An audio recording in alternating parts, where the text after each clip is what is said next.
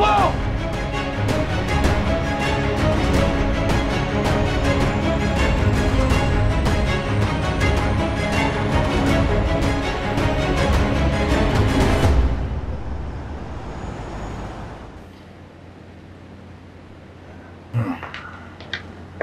Thank you. Nabigay ko na yung testimony ko kanina sa kanila.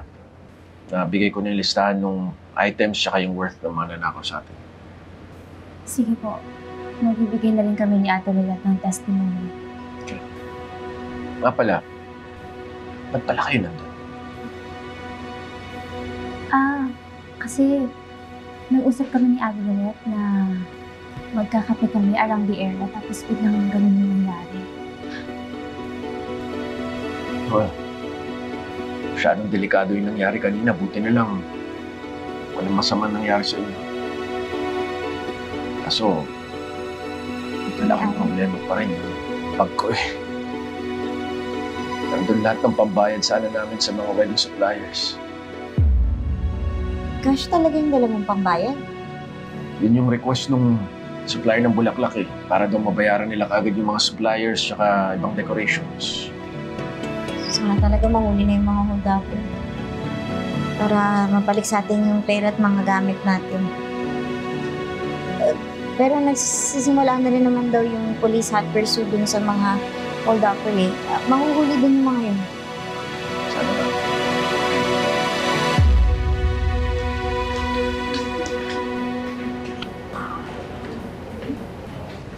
Ayon po sa testimony pa lang ni Atty. Alon, nung kinuwenta po ang mga nakuha sa inyo, mahigit kalahating milyon ang natangay ng hold-uppers. Oh my God! They have to pay! Paano niyo sila mahuhuli? Magbibigay na rin po kami ng statement ng kapatid ko. Tsaka, pwede ko ba tayo na rin yung gumawa ng digital facial composite sketch para mag-aid po dun sa paghahanap niyo sa mga suspects? Pero nakamaskara ho sila, di ba, Atty. Alon? Oo nga, kaya nga malaking problema talaga. Pero nakita ko po yung isa sa kanila. Nakita ko po yung mukha niya ng mabilisan lang.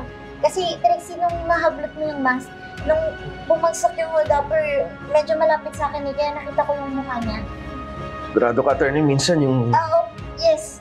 Atty. Alon, nakita ko talaga, nagkatinginan pa nga kami. Ito ba? Hindi mo ba nakita? Hindi ko napansin eh. Natatandaan ko lang may parang marka siya sa wrist, parang tattoo. Ano bang siguro pag makita ko, baka maalala ko. Ako po, nakita ko po yung mukha niya kaya kaya ko pong magbigay ng description. Attorney Matias, sumama po kayo sa akin para magawa natin ng sketch yung gumawa sa inyo niya.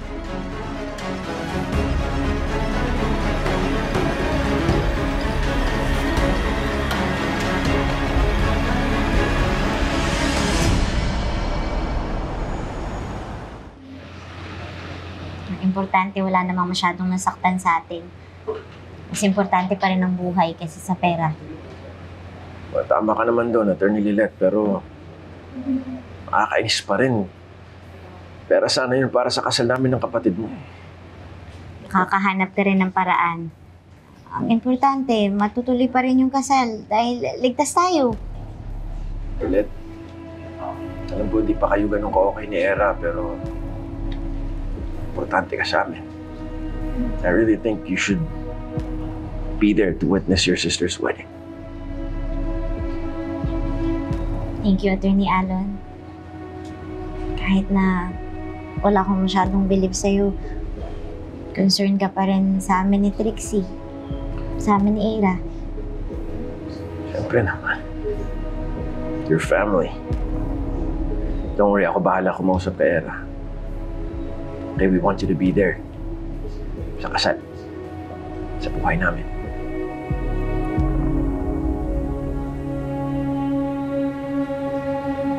Ito na po yung digital facial composite sketch ayon sa testimonya nyo, Attorney Matias.